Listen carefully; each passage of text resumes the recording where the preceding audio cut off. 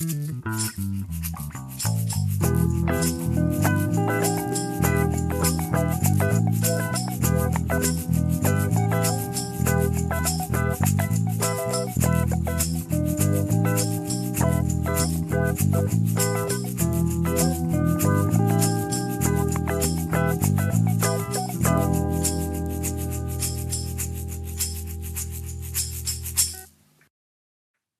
and welcome to Pods Like Us. I'm Martin Quibell, known to my friends as Marv, and this time I am speaking with Dr. Kristen Hillaire Glasgow, who she does more than one podcast. We'll get into that as well. But I've been really enjoying listening to Rock and Roll Survivors. Hey, Kristen, thanks for speaking today. Thank you so much for having me, Marv. Now I know what to call you. I'm thrilled to be here. Me too. Now, I've been working my way around this because so you're talking to me, and I've said this to you privately as well. It's intriguing because I see another side of the family that you've been chatting with. Because in England, Susie Quatro was enormous. She was a really big star in the UK. And you've been chatting with her sister Patty. That's right. And it's funny because I have known Patty Quatro since I was 6 years old, when she moved out from Detroit to Los Angeles to live at my dad's house when she was joining the band Fanny. Yep. And so Patty was my first kind of entree into the Quatro family. They're an incredibly talented musical family all around. Yeah. And I remember a couple of years after Fanny had disbanded, and my dad and I were watching Happy Days. I'm not sure if you're familiar with that show. Yes. And there was Leather Tuscadero coming in, played by none other than Susie Quatro. And I didn't know who she was. I just saw the last name. And so I turned to my dad and I said, is she related to Patty? And so I'm probably the only person alive that refers to Susie as Patty's sister versus the opposite. So yes. I think it's the two sides of the pond. There was so much talent in the family. One country couldn't put up with the entire family. So we split them up. I love that. And even though we're jumping the gun here, I've done season 1 with Rock and Roll Survivors, which we'll talk about with Patty. But season 2, which we will be launching in a few weeks, I don't quite have the date, but really in a couple of weeks, is Patty Quatro's deep dive. She's joining us into her Detroit Rock City roots. And when I tell you that she and her sister Susie and her other sister Nancy and Arlene in the Pleasure Seekers and Cradle, they were an all-female band, first signed to singles in Detroit along with Genya, Ravon. And so season 2 is a huge deep dive into the Quatro family. And this includes her brother Mike Quatro, who was one of the pioneers of putting on huge concert festivals. Patty talks about playing with her words, homeboys in Detroit, like MC5 and Iggy and her boyfriend Mitch Ryder for a little while. I mean, she calls her friend Bobby Seeger instead of Bob Seeger, wow. Glenn Fry. And and the stories are incredible. It's just one amazing tidbit after the next. So I'm really excited for people not only to learn more about Susie's family, but Patty's family, because there's a reason why Susie is so talented and Patty is so talented. I mean, their father steeped them in this amazing musical, I don't know what I want to call it, like a kingdom. And he just said, run with it. And he supported them from little kids all the way up. And Susie was playing bongos with him as a young kid at the age of 7 at little gigs in Detroit. She'd get 25 cents to play her little bongos on these classic Frank Sinatra songs or whatever. So it'll be really fun. Wow. I mean, so let's touch on that then. The family history then. Your dad was the manager of Fanny, and so that's where the history comes from. My father was steeped in the music business prior, showbiz, really. But since we're talking about the podcast and we're talking about Rock and Roll Survivors, which stems from the name of the 5th Fanny album, although it'll be going much farther than that in terms of discussions. But my father started managing the band Fanny in 1970 when they were signed to Warner Brothers Reprise. And he remained their manager up until they disbanded in 1975 on Casablanca Records. So prior to becoming their manager, my father was a showbiz manager. Yep. This doesn't quite have the cachet it once did, but he started the careers of Bill Cosby, Joan Rivers. This does still hold cachet, Mamas and the Papas. He was there at the beginning of Bob Dylan.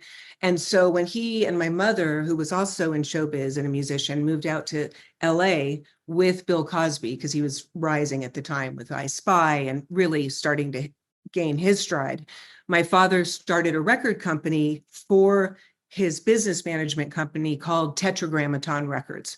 Yep. And to this day, it still has a very big following, cult. But he signed Deep Purple. He was the first to release Deep Purple from the UK over here. Yep. On Tetragrammaton, my dad was the one who picked Hush as the first single. And so he also was managing Tiny Tim, weirdo that he was, but that was a big cult figure at the time. Yep. And Richard Perry, Fanny's manager, Richard Perry, Fanny's producer, Yep. was looking for a manager for Fanny. And because Richard Perry had produced Tiny Tim and my dad was managing him, Richard and my dad were already tight. So it was like a natural fit. And my dad was known as doing the firsts, be the first all-female rock and roll band signed to a US label, be the first man with long hair to sing Tiptoe Through the Tulips and sound like a girl, be the first female comic, Joan Rivers, when you're saying things that are off color. So it was a natural fit. And so I grew up with them and I toured with the band as a kid. In my mind, I was always just going to join the band. That's what you do. I was just going to start. And then sadly, they broke up, but I have long argued not for lack of trying on everyone's level, from record company management down. It's just sometimes it's not your time. But I think Fanny is having a huge resurgence on many levels, including that we now have videos online. I'm doing podcasts about them. There's documentaries. So I think, who knows, maybe the time is now. Before I go off on a tangent, something that you mentioned, I mean, I can understand that because even back in the day, you had people like Joan Jett and from the Runaways and all these other people. They would name check all these future, as at that time, people who would be female and be really important to the world of women in music. They name check Fanny as a group anyway. They always did. Bangles, Susanna Hoffs, and all these people, and you can see why. And thank goodness they are. So many people are not, but these ladies know their history. But the other thing that I try and do within the podcast, since I am such a quote unquote insider in the biz, is that none of these things happen in a vacuum. So Joan Jett, who idolized Susie Quatro. Yep. So you already have the Quatro family legacy. Patty Quatro joins Fanny. You have Kim Fowley of the Runaways, who tried to get my dad to stop managing Fanny. So he later starts the Runaways as a gotcha. Okay. So there's a lot of insider stuff there. And so kudos to these ladies for always honoring who came before them. And to me, one of the things that just really gets my goat, especially again, being a female podcaster, doing a podcast about female musicians is, and I say this for women as well, not just, if anything, more for women than men, stop tokenizing women during this time. Women were all over the place. Yeah. They were behind the scenes, as I like to say, in front of the curtains, somewhere in between. I mean, Patty's dear friend, Sherry McCormick, who's sadly no longer here, is known as the lighting gal in Detroit Rock City at the time to figure out how to light everything during all those early concerts, and would put together slideshows. I mean, she was groundbreaking. But because there were fewer of them, but still now what I find is there's such a territorial aspect that I'm finding. And I that's why I'm saying sincerely, kudos to the female musicians who acknowledge the fact that I think a bigger tent is better. It shows that we're not so alone and I'm the one female folk singer. We don't have to do that anymore. No. I mean, we were saying earlier about another show that I do, Toppermost, the Poppermost. And in that, in 1964, me and Dr. Kit O'Toole, one of my co-hosts, we were both saying to each other that there's this group, I can't remember what the name of the Applejacks from 1964, and their bass player was this kick-ass bass player that just happened to be a woman as well. You know, it's like, Carol, the famous bass player. Oh, I can't think. Carol Kay, one of the greatest session bass players in history. She just happens to be a lady. Doesn't really matter whether it's a lady or a man or anything. I could not agree more with you, and I'm sorry to interrupt you because I'm so excited about this conversation, but Carol Kay is on Facebook right now, and the thing that I love about her is for exactly this reason. She's not saying, oh, look, I'm a woman playing bass. Yep. What she's talking about is her technique, who she played with, yep. What was the instructions that were given to her, who the other players were, and that to me is what rock and roll is about, or music in general is about. It's everybody's there to jam when you're really doing it seriously and for the love of music. I don't think we need to highlight, I'm the first, because you really weren't. Because let's go back to Rosetta Thorpe. Let's keep going. I mean, so let's let go of that idea and embrace everyone. Yep. Yep. The same goes for people of color as well. It irritates the hell out of me when people say, oh, this is the first black person, this, that, and the other. And it's not about that. It's about, this person plays this instrument. This person has don't swear, Martin. This person has an incredible voice for singing. They're an amazing drummer. Who cares that Karen Carpenter was Karen Carpenter a woman? She had a bloody incredible voice and she was an amazing drummer. All these people are really good at the jobs. Screw all the sexism. And also, sorry, you brought it up. I do have my PhD in history from UCLA, and my, as they call it in academia, area of expertise is 19th century African-American history. And that is one of the things that drives me nuts as well, because stop with the firsts. Also stop putting their color in front of their name, because we don't put white artist Kristen Glasgow. But I do that when I'm a former professor, I don't teach anymore. But that was always my thing with my students of if we're going to identify, then we're all identifying everyone. Yep. Yes, here. Agreed. So the tangent I was going to go off on then would be that your father was probably responsible for that incredible footage of Deep Purple's first appearance on American television, which was on the Playboy show, I think, because I've seen it on YouTube. Let me clarify, because as a good historian, I don't know everything. Yeah. So this was if I was born, it was before my time. So I'm born late 1967, and so I do know that my dad, he thought they were great, but I think that was also at a time when Tetragrammaton and his business, because Bill Cosby had parted, that a lot of things were sold over to Warner Brothers, I believe, including Tetragrammaton material. And so they may have been gone with somebody else immediately. I don't remember him managing them per se. I just know that he was, according to his unpublished autobiography, he was contacted by somebody in the UK where they were promised to release the single in the US, but something fell through. And this guy didn't want to get in trouble. I'm not trying to be cryptic. I just can't remember his name. And so he contacted my dad and said, we need to release Deep Purple in the UK. I can't go back to the record company and say it's not happening. And my dad said, what do you want to give me for it? Ever the businessman. And the guy at the time said, oh, $5,000. Or I'm sorry, reverse that. What do you want for it? And the guy said $5,000. And my dad said, for $5,000, even back then, I'll take a chance. So I do know that what arrived were reel-to-reels, photographs, anything that was being distributed in the UK. But I don't know anything about any television shows that my dad would have been a part of. No. Makes sense. But for anyone interested, it's an incredible bit of footage of them doing the song Hush live. And it was the first appearance on American television for them. It's even before the classic lineup, they were good. Let's just say that somehow my dad, you know what? Somehow he was connected, as I say, because he brought the music over here. So that's how they got on American television. And knowing my dad and his ego, and he's no longer with us, so I say that sardonically, but with a lot of truth, he would have so bragged about that had he been a part of it. Yeah. So I somehow don't think that he was, but yes, definitely check out the footage. Okay. What was the actual inspiration then? Is it the resurgence of interest in Fanny that actually made you suddenly realize I need to do something about this? And what made you decide to make it into a podcast?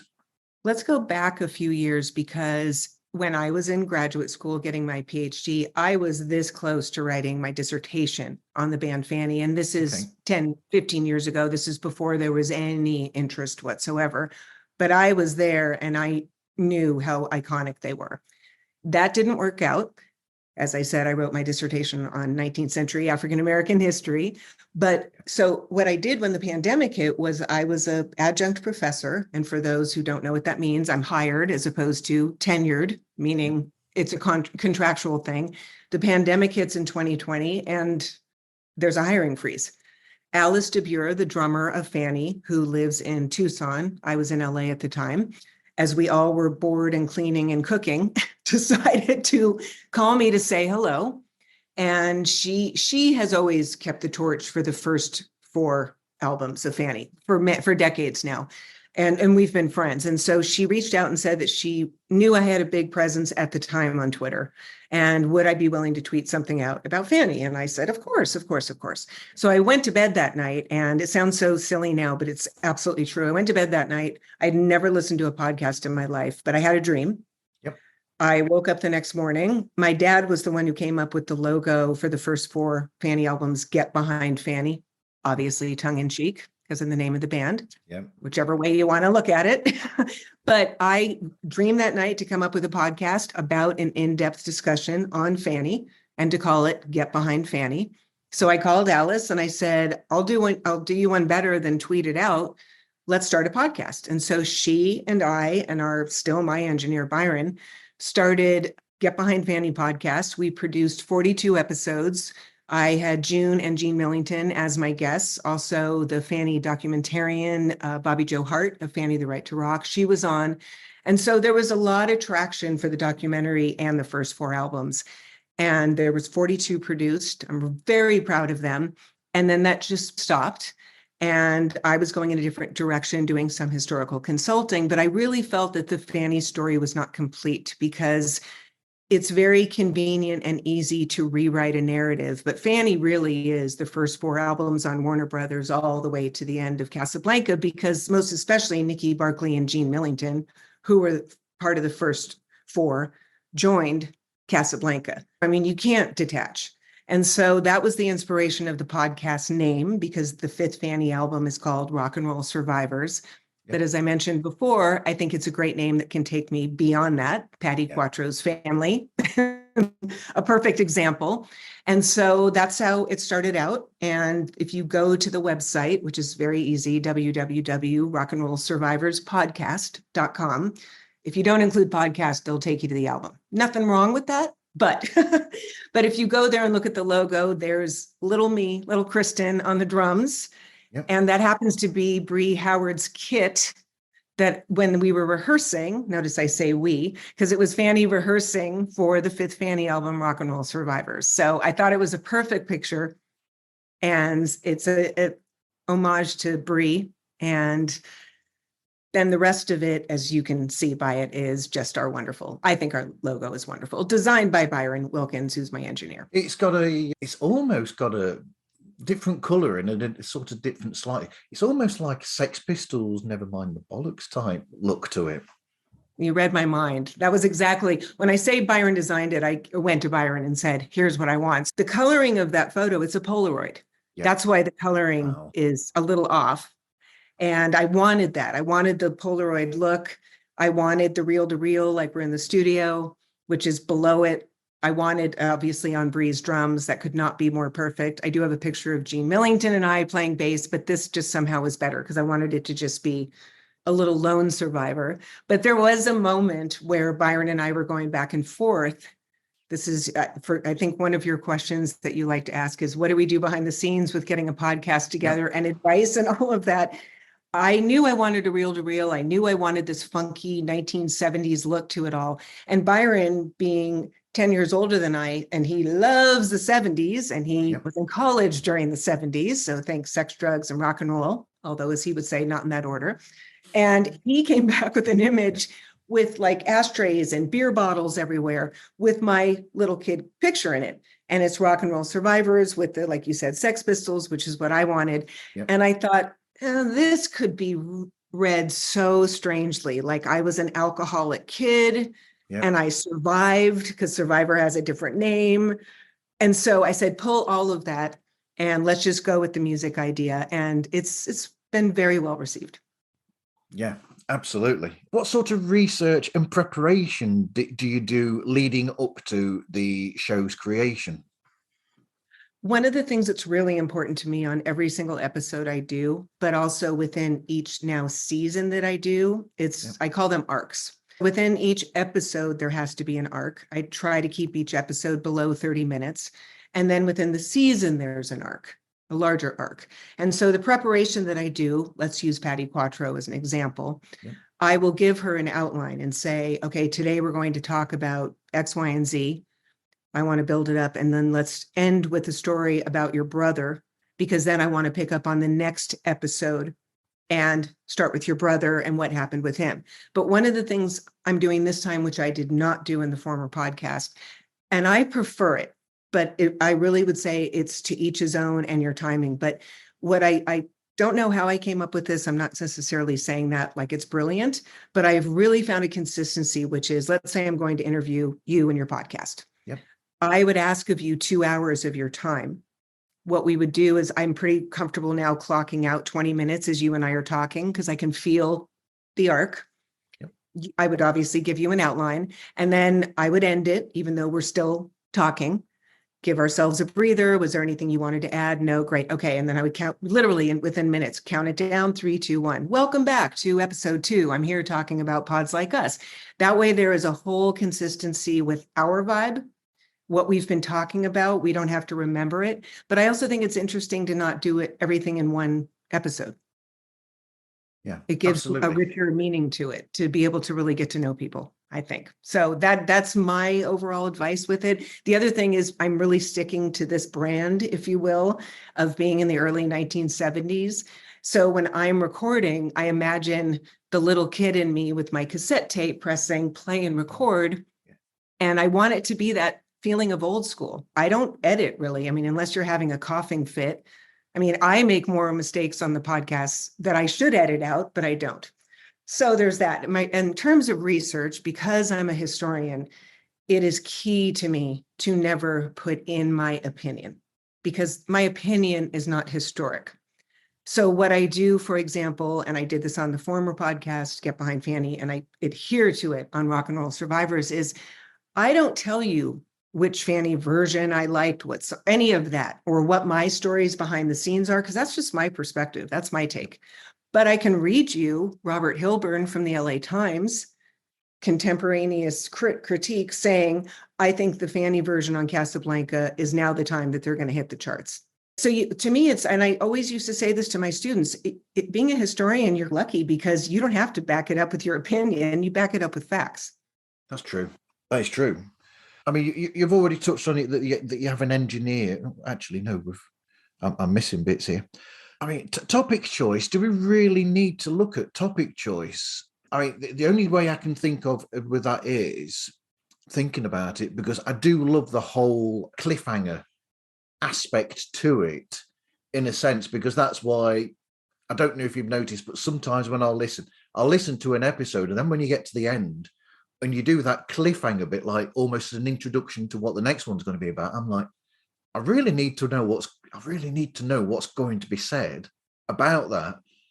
And then I'll pick to binge and go to that next episode during that listening period. I think I've got to listen to that. So, I mean, how do you choose what the arc is for each episode? Let me pull back for a second, because I do want to answer that. But the cliffhanger idea was absolutely intentional. And I was, having done the former podcast, and I ran it by some of my friends, my idea, and I completely went against the grain at the time I did this. So you're always supposed to wrap up the podcast episode. Join me now on the next episode where Patty talks about blah, blah, blah, blah, blah. And you can find me and you give all your stuff. I just didn't want to do that again, sticking to the brand of early 1970s. Yeah. And it's rock and roll, babe. So the cliffhanger is, I don't know, I can just feel it. Sometimes I jump the gun and I have to beg myself because I'm like done at 10 minutes. And that's too short of a podcast. Yep. So the way I come up with an arc is it really is a storyline for the day. And the reasoning behind that for listeners is it actually makes your life easier. Because I've had a lot of people complain and not get into podcasting because they'll say things like, oh, it's so much work and I don't know, and all that editing. But what I realized when I talked to them about it is, did you give them an outline? No. So you just hit record and started talking? Yes. Yeah. Of course you don't know what you're doing. And I'm sorry, I don't care how fascinating you are, unless you're the Stones even, maybe. I don't need to hear you meander about your thoughts for 30 minutes. But I want to hear about what was it like when David Bowie told you what to wear on the Fifth Fanny album, and loved that so much that he went on tour with you to watch you play. That's really cool. That's a great anecdote. So if I call them pillars really within the arc. So what do I want to hit on in that 25 to 30 minutes so that when the cliffhanger is there, I already know what the next episode is. I already know Patty's, for example, you asked about some great show moments. I can't reveal this yet because it's season 2. But there's a moment where Patty in Detroit in the mid 1960s, and for those who don't know, there was a big mob presence there, big mafia in Detroit. And she tells a story where I gasped so loud that my voice cut off hers on the Zoom because I had never heard this before. And I said at that point, there's your arc. There you go, right into the music outro. And I knew we were going to pick up with me saying, you talked about the mob on the last episode. Can you talk a little bit more? And so to me, that's how it makes your life easier as a podcaster. Not, gee, what should we talk about today? No, absolutely. So recording and editing, then you have somebody else who does the editing for you. Are they actually there while you're doing the recording as well, as almost like a co-producer? No, it's all me. What happens is I do the Zoom interviews. Yep. We hang up. It's probably a wrong word. It's just my engineer, Byron, and I have been using it for years. I'm sure it's me. I call them my timestamps. And what I do is on the Zoom, I'll say in at 0012 with Kristen saying, welcome. And then out at da-da-da-da-da, insert music here, da-da-da-da, more in at this Zoom interview, da-da-da, and then music outro. I picked all the music on the music intro and the outro. It all comes from the Fifth Fanny album. Most of it is Patty Quattro's, except Rock and Roll Survivors, the title song, which is Nikki Barclay. And that's my voiceover. I wrote all of that. And so once I'm done with all the timestamps and the Zoom interviews for that season, I send them to Byron and he goes through, edits it, sends it to me. I listen, I say yay or nay. I then write all the blurbs that you read online, do all the hashtags. Once it's out, I then do all the marketing.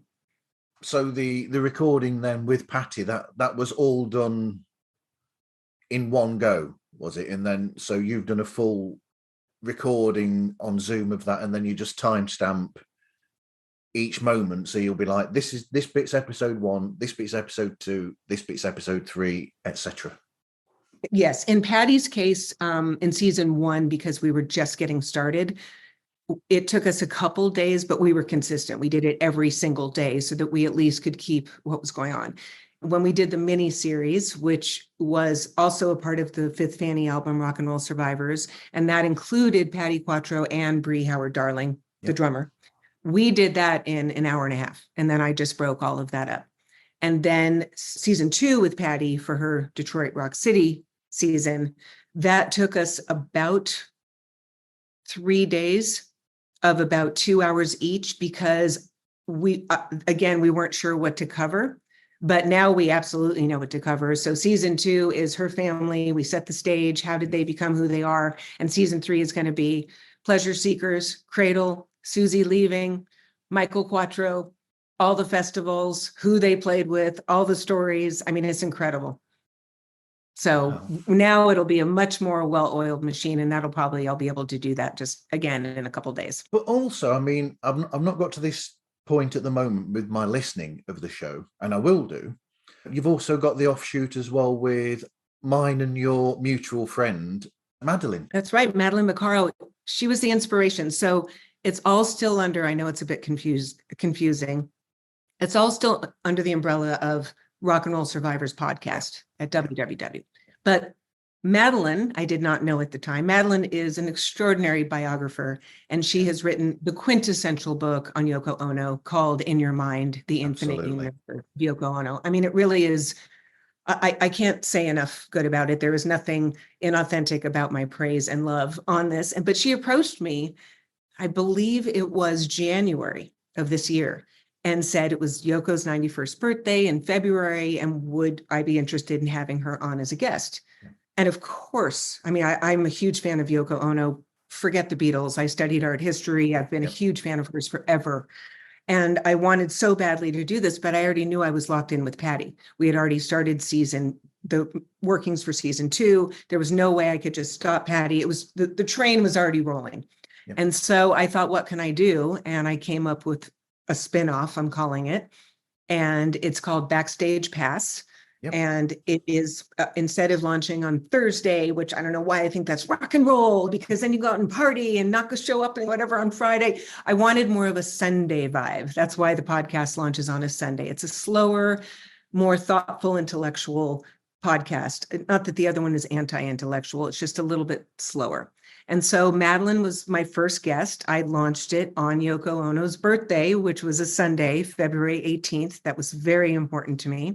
And Madeline joined me for 6 episodes, I believe. And I say I believe because the response, and we're just thrilled, has been so great that we're going to be doing more, backed by popular demand. That's great. Which is awesome. And I just interviewed yesterday another friend of Madeline's, Lori Kay, who has written the phenomenal book, Confessions of a Rock and Roll Name Dropper. And she's the last person to interview John Lennon and Yoko Ono on the day of his murder, December 8th, 1980.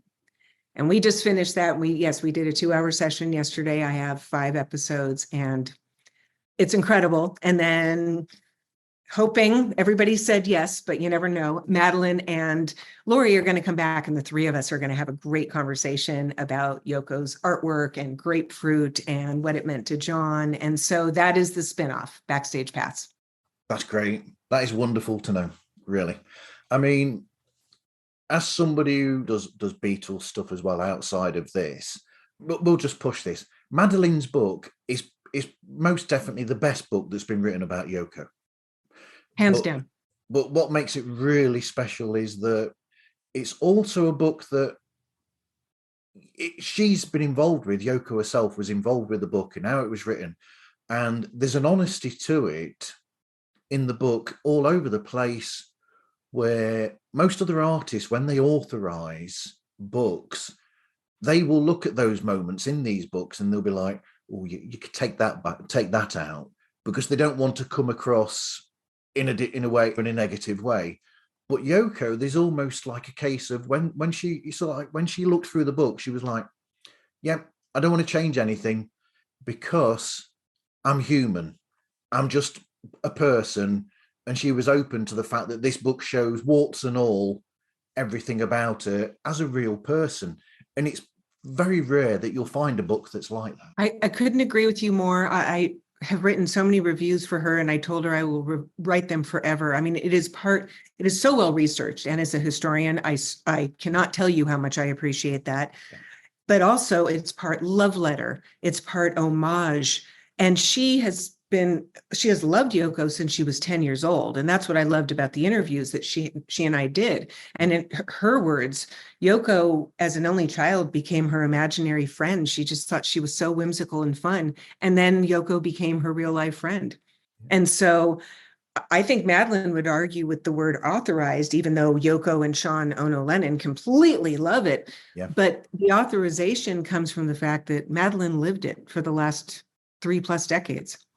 Longer, actually. So I agree. Plus, I was saying this to Lori Kay yesterday, and there is no put down to either one of the books. I think they're both fabulous. I could not put down Lori Kay's book. It was a page turner because we know the story. We know the cast of characters. Plus, she has an incredible musical career, journalist career separate. She interviewed Paul and Linda McCartney and George Martin and George Harrison and Mick Jagger. I mean, it just goes on. So I couldn't put her book down. But then with Madeline's, it's become like a Bible, and I'm not religious. I mean, it's like this reference book where I keep it on my work table whenever I'm needing some creative thoughts. I just open it up. Yoko inspires me because of how human she is, but also the way she thinks. So I am just indebted to Madeline's work. Absolutely indebted. And Yoko, of course, but Madeline put this together and it's brilliant. Absolutely. Show logo, we've already gone through the show logo and music. You've explained that. And you've explained a standout moment as well. I mean, standout moment for me, there's a few of them, but that one that you mentioned about the David Bowie designing the outfits, that was amazing. That's a really good anecdote. When you get to the mini series, I'm hoping you'll listen, which is after season 1 with Bree and Patty, we go into a little bit more in depth, and it speaks to what we were saying before about the research that I do. Yep. So in the Fanny documentary, and this is not a diss at all, it's just history, right? And how you can sometimes cherry pick history. In the documentary, it talks about David Bowie saying, "Revivify Fanny and my work will be done." It was from Rolling Stone magazine, and he did say part of that in 1999. Yeah. But you'll hear in the mini series that I read his full quote, and he specifies in 1973, which is the year they signed to Casablanca. So he's being very specific. He's saying Fanny was always great, but in 1973, they became, his words, the greatest rock band that just didn't happen, close quote. So I think context matters and dates matter. And so it's really interesting to then hear Bree Howard-Darling's response when I read the full quote and what she says, because she was there. And then she tells more of the story that you heard about David Bowie. Right. So the plot thickens. It does. It does. But then, I mean, going off on a tangent very quickly, David Bowie was involved in so many areas of people's careers. It's amazing the people that were friends with him or who he inspired and who he worked with. Absolutely. And conversely, he was highly influenced by Detroit Rock City, which we're going to get to in season 2. I mean, he was a huge Iggy fan, obviously. Yeah. He was very, very influenced by them. And another little teaser when you get to the mini series, although I think people know this, but Bree tells it, but I did not know this. So I'm going to let you listen to this part. But the part I did know is that when David Bowie and John Lennon were recording Fame in New York, it's Gene Millington of Fanny singing the background, fame, fame, fame, fame, fame. That's Gene Millington. And they were dating, David Bowie and Gene Millington. And Fanny's song Butter Boy was written for him. Absolutely. That's a great fact. I feel like we're going through this really quickly, but what are your top 3 favorite songs by Fanny? Because I'm trying to get people, as a Brit, I want all the world to listen to this. But as a Brit, the bits of songs that I hear in the show, I think they're incredible songs, and it's sort of like introducing them to me in a way. So what are your 3 favorite songs by Fanny? And also thinking of that would be a good introduction to people who might not know them then, you see. It's very hard for me to limit it to 3 because the first 4 albums are very different than the 5th Fanny album, and yet there is a cohesion. So it depends. And I will give you my answers, but I may have to go a little bit more. But a Fanny fan who was a podcast fan. Yeah.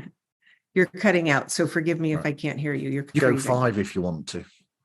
Thank you. What I was going to say is there was a Fanny fan who listened to the old podcast. Yeah. And we would often say on the old podcast, what's your go-to Fanny song? For exactly, if you were introducing somebody to Fanny for the first time, what would be your go-to? And we all came up with our go-tos. And this Fanny fan said, it would depend on whom I was introducing it to. Yeah. And I thought that is the best answer I've ever heard. With that said, I think the cover, if you were just going to say, Fanny, you've never heard of them, their cover of Badge is probably the best cover I've ever heard. I so prefer it to the original. Please, people, don't at me, but it's brilliant. I love it. I think Nikki Barclay's Blind Alley would be number 2 for the first 4. And then I would have to jump to I mean, it's just really, I'm a huge fan of the fifth album because it's real glam rock. It's real David Bowie, like in the early 70s. And it's really like all these different genres in one album. So I would say Patti Quattro's Rockin' All Night Long, which is the intro song you hear on the podcast. Yeah. That da-da-da-na, da-da-da-na, it just blows my mind. I would also say From Where I Stand by Nikki Barclay, which we're working on this. Patti Quattro and I are working on this. On the album Rock and Roll Survivors, it was the closing song. And those were the days when albums where you still thought about what would start side A all the way to the end. And so From Where I Stand ends it because the album was originally done as a rock opera. So there's very much a storyline to it. So if you have the vinyl, that song is on there. But Cherry Red Records inadvertently, when they pressed the CDs, left off the 10th track. And I only discovered it recently because I couldn't find it anywhere. And I kept thinking, well, it should just be downloadable. Why can't I find it? It's because it was omitted. And so we're working on getting it remixed and all of that. But you can find it on vinyl, and I think you can still find it on YouTube, From Where I Stand. And then finally, I would say Patty's Beggar Man, which is so funky and wonderful and all about Detroit. And she really brings in her Motown roots. And recently there's this great radio show with a dad and daughter. Her name is DJ Flower Power, and she's 10. And it's called Diamonds and Rust. And she played Beggar Man, but she wrote a rap over the intro. And I got chills. I thought, now talk about women supporting women. Talk about, here's a 10-year-old who's falling in love with Fanny. And I just thought, I think it's magical. So Beggar Man right now, I would say you have to listen to this. You'll be blown away. I wonder if Patty's heard that version. She definitely has. She has. Because it just came out. We did tons of Facebook marketing. Diamonds and Rust was really supportive of the first podcast. And so when DJ Flower Power, they announced this, Patty and I were all over it. And when I listened to it, I felt like that 3-year-old girl who met Fanny, and then at 6 years old, met Patty.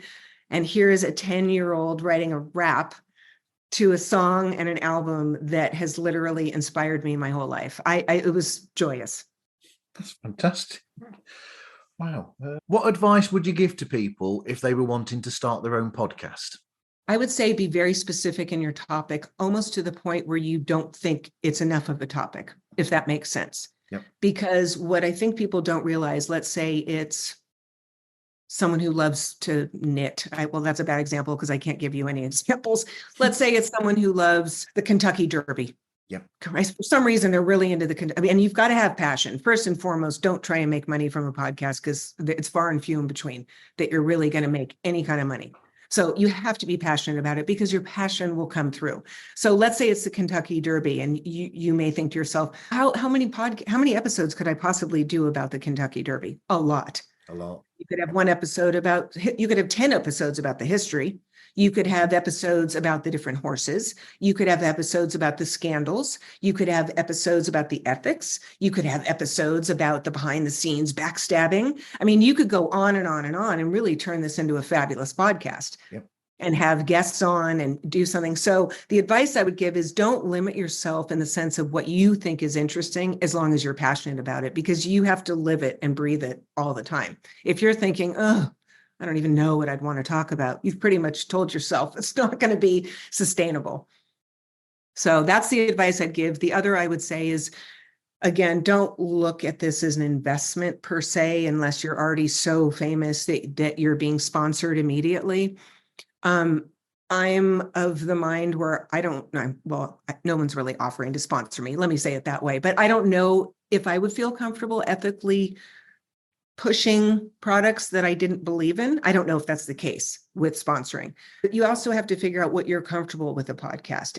If you're looking to make money, you're going to have to do something really different with it, or you're going to have to start Patreon, or you're going to have to do YouTube channels and do subscribers. I mean, it really is a lot of work. And so for you, I think one of your questions is, what am I currently listening to besides cross channels? One of the other podcasts I listen to is Rock and Roll Nightmares. And the host is Stacey Lane Wilson, whose father was the founding member of the Ventures, Don Wilson. Yep. And she's just mind-blowing. She's so prolific. I mean, she does podcasts. She writes rock and roll fiction books. She then has other lines that she does. And I don't have it in me. I don't even know how she does it. And a lot of us have found that it's our own groove and what we can make of it within the podcast. So my advice would be to say, go for it with passion.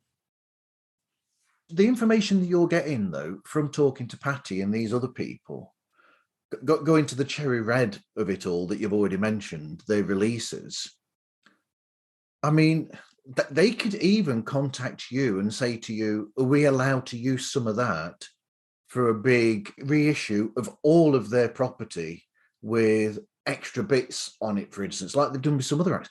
I mean, that sounded strange to me about them making that a mission, because normally Cherry Red are usually very good with their reissues, because they did a fantastic version of McGear by Mike McCartney and things like that.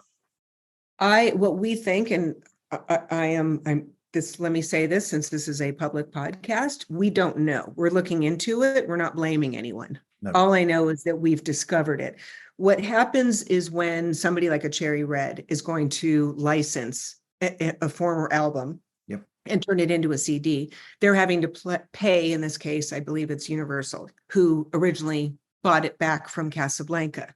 So the tapes or masters that they got from Universal, it may have just been omitted. And so somebody at Cherry Red didn't think or didn't know or that it wasn't a part of it. Yeah. So that happened. And also the liner notes of Cherry Red Records was never offered to be written by the four members of Rock and Roll Survivors, Gene Millington, Patty Quattro, Bree Howard Darling, and Nikki Barclay. Instead, Alice DeBure, the former drummer, was asked to write the liner notes, and it's all about the first four albums, including pictures. And I thought, why would Cherry Red do that? Yeah. And that's just me. I don't know. We're looking into it. But the great thing about the Rock and Roll Survivors podcast, and the great thing about working with Patty Quattro, and because at least for the fifth album, and also all Pleasure Seekers and Cradle, which we'll be doing for season 2, yeah, she owns all of Pleasure Seekers and Cradle. So we have full rights to that. And in season 1 that you're listening to, she remixed all those songs. All the Fanny songs that you're hearing on there, and including From Where I Stand. We end season 1 with that song, the second to last. And she, with her engineer, Nick, went in and sweetened it up, made it sound better, because Cherry Red Records took the masters and didn't tweak them. So it sounds a little dull. Yeah. Yeah. So now the remix sounds fantastic, and we're going to be working on that, and we're not sure what's going to happen. So we're not blaming anyone. It's just been something that's brought to our attention. No, because what's happened there is a case of the old reels, they've become aged. So what happens is that as they become aged, you'd lose definition on some different areas of the sound spectrum. So that's why I think, I mean, as a musician myself, I think that's why every now and again they need to remaster these things and clean them up, or do that and then digitize them so that there's that level of clarity there for all of time. Then if they're digitized and they are somewhere, and I think that needs to be done with with all music that's been recorded in the past, because it's terrible as somebody getting these things where they've just basically done, we've just taken this original reel and put it straight over, and you've lost that definition that you could pull out by using they've got machinery now that cleans it all up, that can do all that, but it's cheap to do it that way, just to go, oh, we'll do that, and then we'll just put it on the disc as it is, like that. It's, yeah. Exactly. I couldn't agree with you more, and Patty couldn't agree with you more. And so that is our objective now, is to get the remixes out there, obviously done legally, et cetera. With Pleasure Seekers and Cradle, we don't have to worry about that, but we're working on those remixes as well. And those songs are fabulous. They'll be played not only in season 2, but in their entirety in season 3. And so we're definitely going to be getting the music out. The first 4 Fanny albums are already out on CDs, and you can get the remixes and all of that. So that's the 5th Fanny album we're really focusing on now. Yeah, that's great. That's great. So what podcast do you like to listen to then, now that you are a listener? Of course, pods like us. No, yes, it's funny. I am very fickle when it comes to podcasts, only in the sense that I like to keep moving. So I mentioned Dan Epstein and Tony Fletcher's Cross Channels. I also mentioned Stacey Lane Wilson's Rock and Roll Nightmares. A lot of fun. The other one I'm really loving these days is, I give Christy, her name is Christy Alexander Hallberg. She's the podcast host. It's such a great title. It's called Rock is Lit.